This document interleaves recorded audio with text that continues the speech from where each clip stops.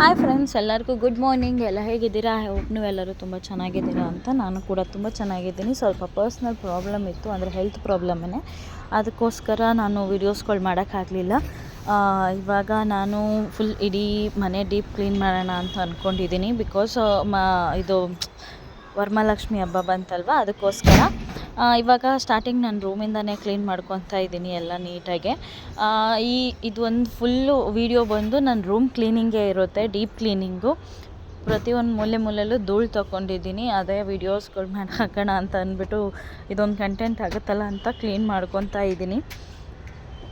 ಹಾಗೆ ಪೂರ್ತಿ ವೀಡಿಯೋಗೆ ನಾನು ಎಲ್ಲೂ ಮ್ಯೂಸಿಕ್ ಕೊಟ್ಟಿಲ್ಲ, ಬಿಕಾಸ್ ಮ್ಯೂಸಿಕ್ ಕೊಟ್ಟರೆ ಕಾಪಿರೈಟ್ ಬರುತ್ತೆ. ಅದಕ್ಕೋಸ್ಕರ ನಾನು ಎಲ್ಲೆಲ್ಲೂ ಮ್ಯೂಸಿಕ್ ಕೊಟ್ಟಿಲ್ಲ. ಸೊ ಹಾಗೆ ವೀಡಿಯೋನ ಫುಲ್ ನೋಡಿರಿ. ನಾನು ಒಂದು 3-4 ವೀಡಿಯೋಸ್ಗೆ ಇದೇನಪ್ಪ ಮ್ಯೂಸಿಕ್ ಹಾಕಿ 3 ವೀಡಿಯೋಗೂ ಕಂಟಿನ್ಯೂಸ್ ಕಾಪಿರೈಟ್ ಬಂದೈತೆ. ನಾನು ಅದನ್ನು ಡಿಲೀಟ್ ಮಾಡೋಕ್ಕೂ ಆಗ್ತಾಯಿಲ್ಲ, ಯಾಕೆಂದರೆ ಚೆನ್ನಾಗಿ ವ್ಯೂಸು ಬಂದೈತೆ. ಅದಕ್ಕೋಸ್ಕರ ಹಾಗೆ ಸ್ವಲ್ಪ ಮಧ್ಯ ಒಂದೊಂದು ಕಥೆನೂ ಮಾಡಿ ಬಿಡ್ತಾ ಇರ್ತೀನಿ.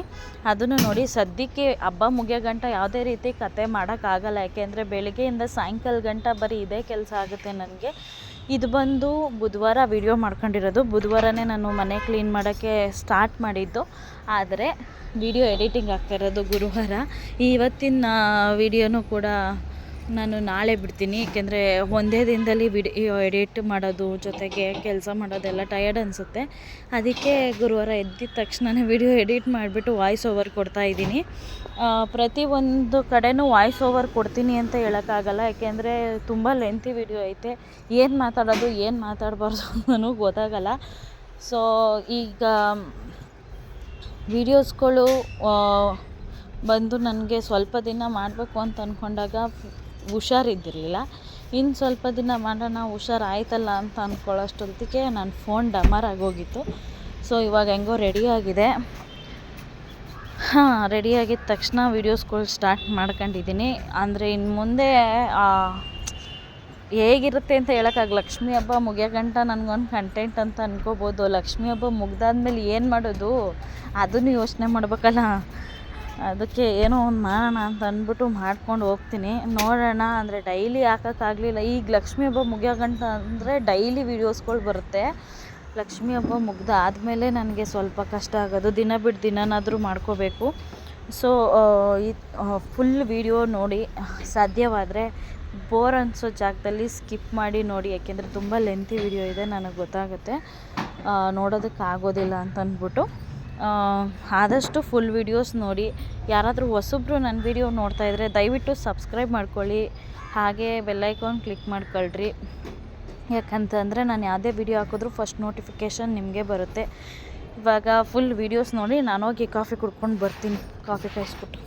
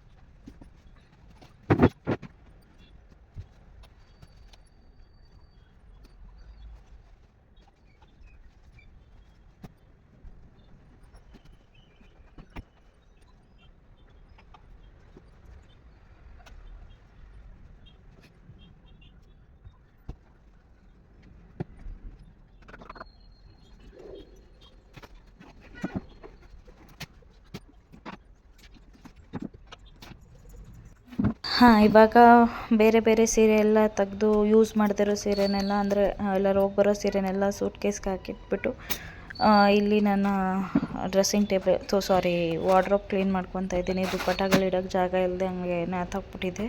ಸೊ ಇವಾಗ ಸೀರೆಗಳು ಅರ್ಧಕ್ಕರ್ಧ ಸೂಟ್ ಕೇಸ್ಗೆ ಹೋಗಿರೋ ಕಾರಣ ನನಗೆ ಕೆಳಗಡೆ ಸ್ವಲ್ಪ ಜಾಗ ಸಿಗುತ್ತೆ. ಹಾಗೆ ಇದೆಲ್ಲ ಪೂರ್ತಿ ಕ್ಲೀನ್ ಮಾಡಿಕೊಂಡು ಅದನ್ನು ಸೋಪ್ ಹಾಕಿ ಎಲ್ಲ ನೀಟಾಗಿ ಒರೆಸ್ಕೊಂಡು ಇದು ಮಾಡಬೇಕು. ಫಸ್ಟ್ ಎಲ್ಲ ಧೂಳು ತಗೊತಾ ಇದ್ದೀನಿ, ಇಲ್ಲಾಂದರೆ ಬರೆ ಬರುತ್ತೆ. ಅದಕ್ಕೋಸ್ಕರ ಅದಾದಮೇಲೆ ಎಲ್ಲ ನೀಟಾಗಿ ತ್ಯಾವ ಬಟ್ಟೆ ಮಾಡಿಕೊಂಡು ಎಲ್ಲ ಒರೆಸ್ಕೊಂಡು ಬೇರೆ ಶಾಲ್ ಹಾಕ್ಬಿಟ್ಟು ನಮ್ಮ ಮನೆಯವ್ರದ್ದು ಎಲ್ಲ ಫುಲ್ಲು ಮೇಲ್ಗಡೆನೇ ಜೋಡಿಸೋಣ ಅಂತ. ಯಾಕೆಂದರೆ ಅವ್ರಿಗೆ ಕೆಲ್ಸಕ್ಕೆ ಹೋಗ್ಬೇಕಾದ್ರೆ ಈಸಿಯಾಗಿ ಸಿಗುತ್ತೆ ಏನಾದ್ರು ಎತ್ಕೋಬೇಕಂತಂದರೆ. ಇಲ್ಲಾಂದರೆ ಸ್ವಲ್ಪ ಕಷ್ಟ ಆಗುತ್ತೆ ಕೆಳಗಡೆ ಎಲ್ಲ ಎತ್ಕೊಳ್ಳೋಕ್ಕೆ. ನನ್ನ ಬಟ್ಟೆನೂ ಸ್ವಲ್ಪ ಜಾಸ್ತಿನೇ ಐತೆ, ನಾನು ಅದಕ್ಕೆ ಕೆಳಗಡೆ 2 ರೋನು ನಾನೇ ಇಟ್ಕೊಂಡೆ. ಅವ್ರ ಪಾಪ ಒಂದೇ ರೋ ಅಲ್ಲಿ ಇಟ್ಟಿದ್ದೀನಿ. ಮೇಲ್ಗಡೆ ಆದರೆ ನನಗೆ ಒಂದೇ ಸಾಕು, ಯಾಕೆಂದರೆ ಹೈಟ್ ಫುಲ್ಲು ಜೋಡಿಸ್ಬಿಡ್ಬೋದು. ಆದರೆ ಅವ್ರಿಗೆ ಕೆಲ್ಸಕ್ಕೆ ಹೋಗೋ ಟೈಮ್ಗೆ ಈಸಿಯಾಗಿ ಸಿಕ್ಕಲಿ ಬಟ್ಟೆಗಳು ಅಂತ ಅಂದ್ಬಿಟ್ಟು ನಾನು ಅಲ್ಲಿ ಇಟ್ಕೊಂಡಿರೋದು. ಕಂಪ್ಲೀಟಾಗಿ ಎಲ್ಲ ನೀಟಾಗಿ ಹಾಸ್ಬಿಟ್ಟು ಎಲ್ಲ ನೀಟಾಗಿ ಜೋಡಿಸ್ಬಿಟ್ಟು ನೆಕ್ಸ್ಟ್ ಕೆಲಸ ಮಾಡ್ಕೊಳ್ಳೋವಂಥದ್ದು. ನೋಡಿ, ಫುಲ್ ವಿಡಿಯೋ ನೋಡಿ ಸಪೋರ್ಟ್ ಮಾಡಿ.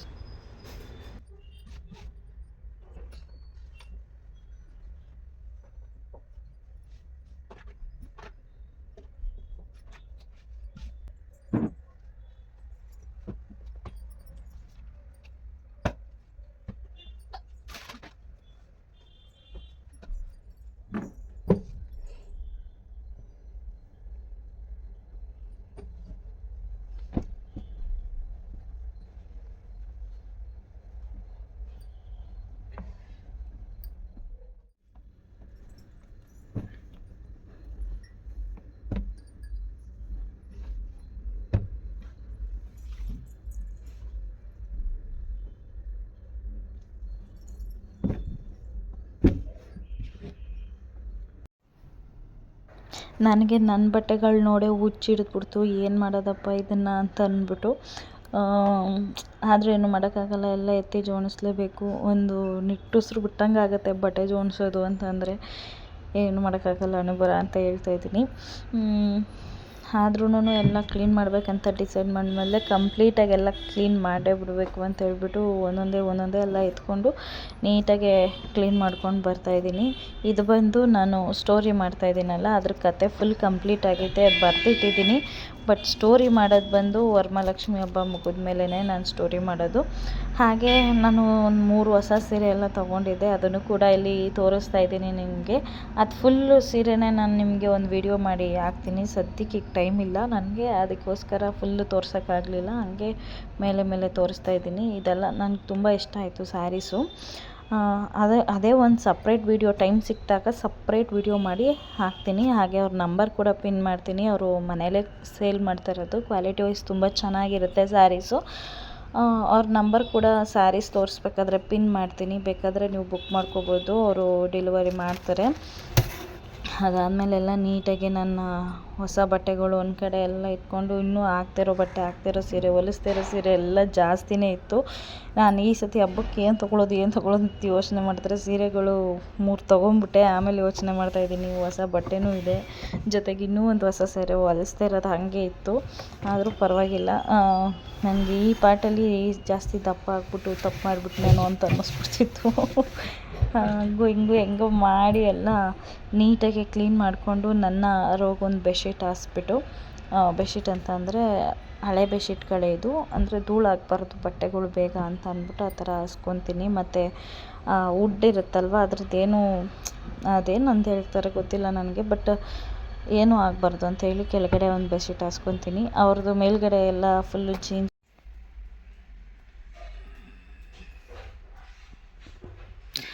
ಈಗ ಇಷ್ಟು ಕಂಪ್ಲೀಟ್ ಮಾಡಿದ್ದೀನಿ, ಇನ್ನೂ ಸಿಕ್ಕಾಪಟ್ಟೆ ಬಟ್ಟೆಗಳಿವೆ. ಇಲ್ಲೂ ಇದೆ, ಬೇಡದೇ ಇರೋದೆಲ್ಲ ಹಾಕ್ತಾಯಿದ್ದೀನಿ. ಇನ್ನೂ ಇಲ್ಲೆಲ್ಲ ಇದೆ, ನೋಡೋಣ. ಇವತ್ತು ನನ್ನ ಟಾರ್ಗೆಟ್ ಬಂದು ಪೂರ ನನ್ನ ರೂಮ್ ಕ್ಲೀನಿಂಗೇನೆ. ಇದು ವರಮಹಾಲಕ್ಷ್ಮಿ ಪ್ರಯುಕ್ತ ನಮ್ಮ ಮನೆಯಲ್ಲಿ ಯಾವಾಗೂ ನಡೆಯೋ ಹಬ್ಬ ಇದು. ವರ್ಷ ಇದೇ ಥರ ಮಾಡ್ಕೊಳ್ಳೋದು. ಈ ಸಲ ಸ್ವಲ್ಪ ಡಿಫ್ರೆಂಟಾಗಿರಲಿ ಅಂತ ಅಂದ್ಬಿಟ್ಟು ನಾನು ಏನು ಮಾಡಿದೆ ಅಂತಂದರೆ, ನನ್ನ ಪ್ಯಾಂಟ್ಸ್ ಎಲ್ಲ ನಾನು ಇಲ್ಲಿ ಇಟ್ಕೊಂಡಿದ್ದೆ. ಇಲ್ಲಿ ಯಾಕೋ ನನಗೆ ಅಷ್ಟು ಸೆಟ್ ಆಗ್ತಾ ಇರಲಿಲ್ಲ, ಅದಕ್ಕೆ ಅದ್ರ ಮ್ಯಾಚಿಂಗ್ ಅದಕ್ಕೆ ಸಿಕ್ಬಿಟ್ಟಿದ್ದೀನಿ.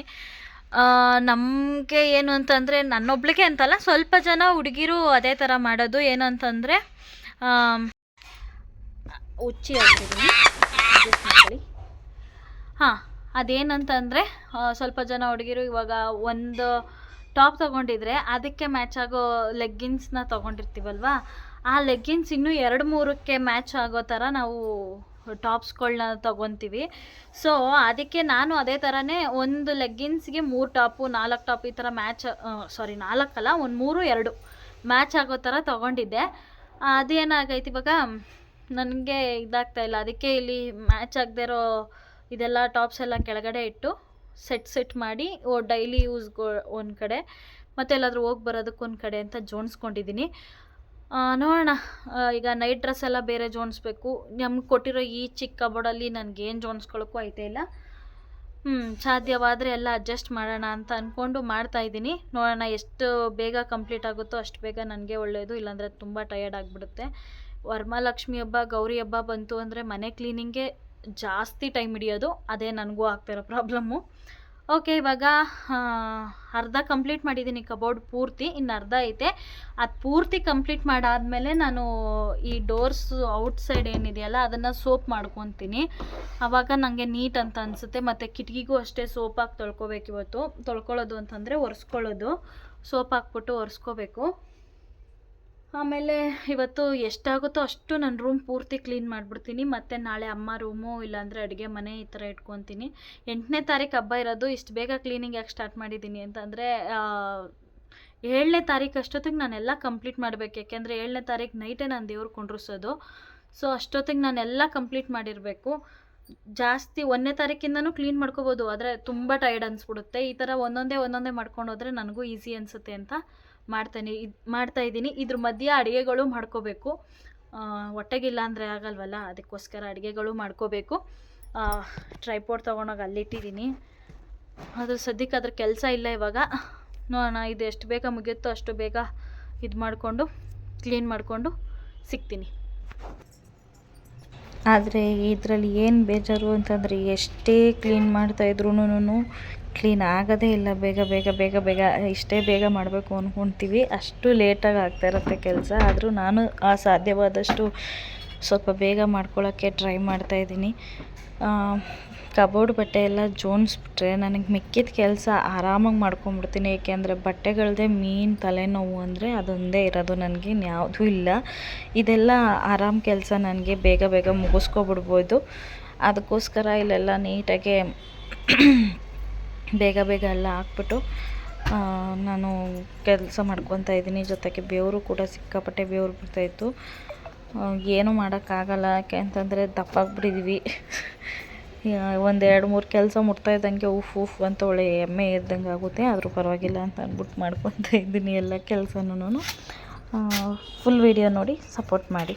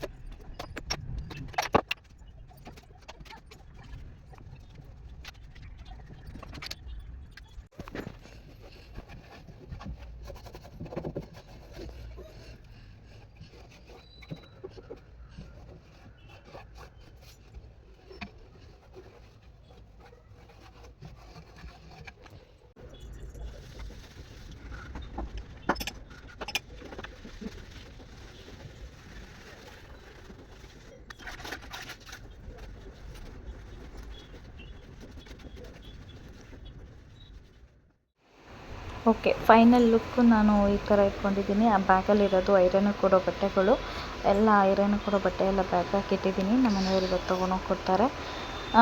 ಮನೆಯೆಲ್ಲ ಅಂದರೆ ನಾನು ರೂಮ್ ಒರೆಸ್ಬಿಟ್ಟು ಫೈನಲ್ ಲುಕ್ ಈ ಥರ ಇದೆ. ನಾವು ಬಾತ್ರೂಮ್ ಒಂದು ಬಾಕಿ ಇದೆ, ಅದನ್ನು ಕೂಡ ವಾಶ್ ಮಾಡ್ಕೋಬೇಕು. ಅದು ಇವತ್ತು ವಾಶ್ ಮಾಡ್ಕೊತೀನಿ.